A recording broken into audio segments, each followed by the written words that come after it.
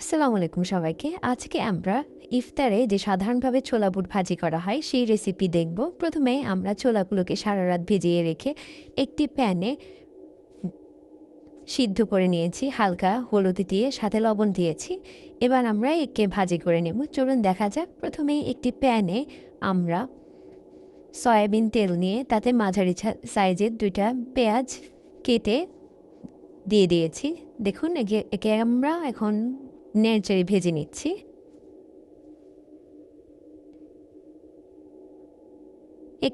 একটু সিদ্ধ হয়ে আসলে আমরা মশলাগুলো দেওয়া শুরু করব।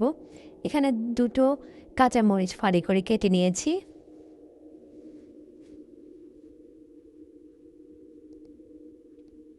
এ পর্যায়ে আমরা দিয়ে দিয়েছি ১ চা চামচ রসুন বাটা,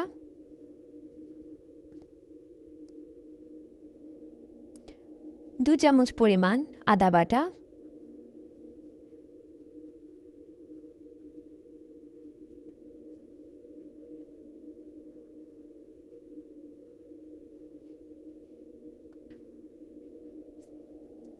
এবার স্বাদ মতো লবণ দিয়ে নিয়েছি। লবণটা একটু কম দিব কারণ আমরা সিদ্ধ করার সময় লবণ দিয়েছি।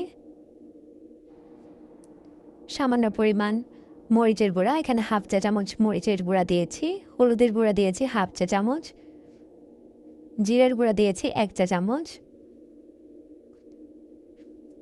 ধনিয়ার গুঁড়া দিয়েছি ১ চা চামচ। এবার ভালোভাবে মিশিয়ে নিচ্ছি।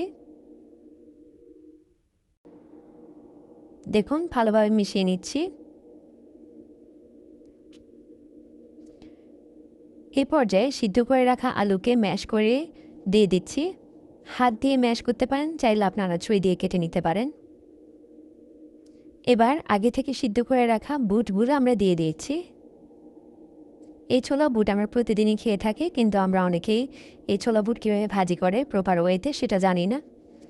এবার আমরা ভালোভাবে মিশিয়ে নিচ্ছি। দেখুন এখানে যে পানিটা আছে সেটা হচ্ছে সিদ্ধ করে রাখার পানি।